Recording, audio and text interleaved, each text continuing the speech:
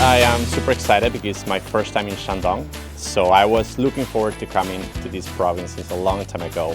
And coming to this very beautiful city, which looks so charming, I think is very nice for me, unforgettable experience so far.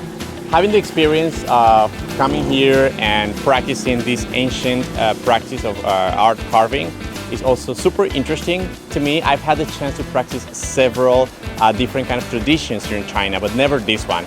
Actually, having the chance to see how colorful it is, how interesting it is, all the techniques since the very beginning, because you need to be very careful, very precise doing every single step.